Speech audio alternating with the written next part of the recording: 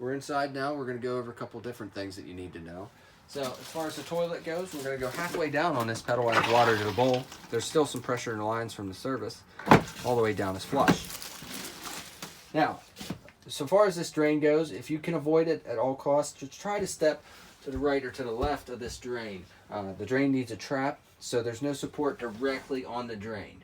All right, it's not going to flex a whole lot just by pushing, but that first immediate step in, that's all your weight in one single area. Once you're in there, your weight's dissipated. You don't really have to worry too much about it.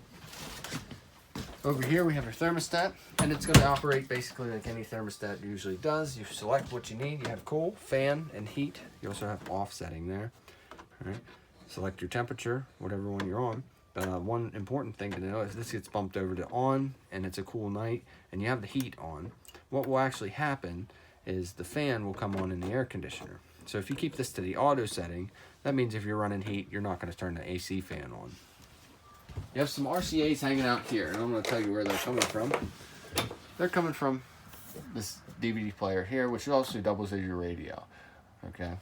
Anytime you're ready to hook up a TV and put it here, you can hook up the RCAs, and then you'll be able to have a DVD player. Coming this way. These buttons here, they're just sensitive to touch. They are not actually push buttons. Okay, as you see the A and the little power, flip to the gas. We're not hooked to power right now, so that's what it automatically does. So it automatically goes to gas when there's no power. Anytime you have power, it's going to use power, unless you lose power in the event you're using it. This is the coldest setting. To change that, you're just going to touch the button. All right.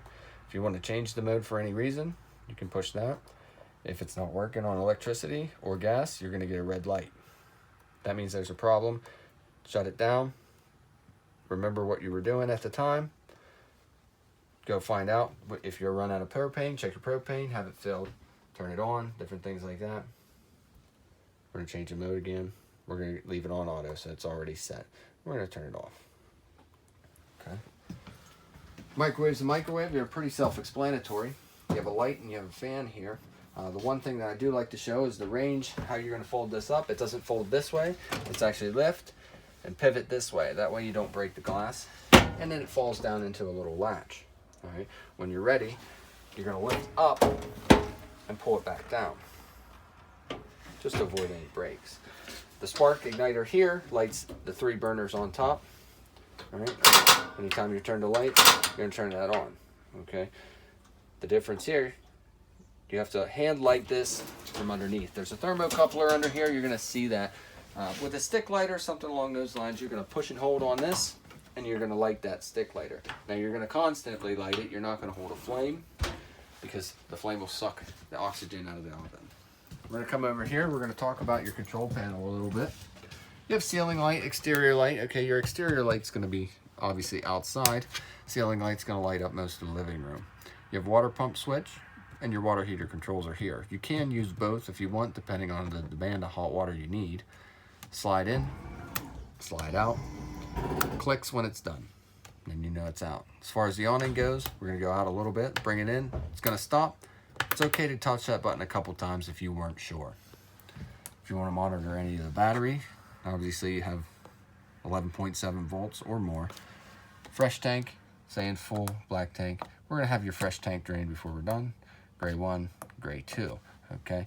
Gray 1, 90% of the time, is the bathroom, sink, and shower. Gray 2 could be just the sink up here. And that's that extra one on the other video. Last but not least, so that you know where it's at, down here you're just going to push in on the door. It pops open and you pull. You're going to have your breakers and fuses, and they're marked along here for your convenience.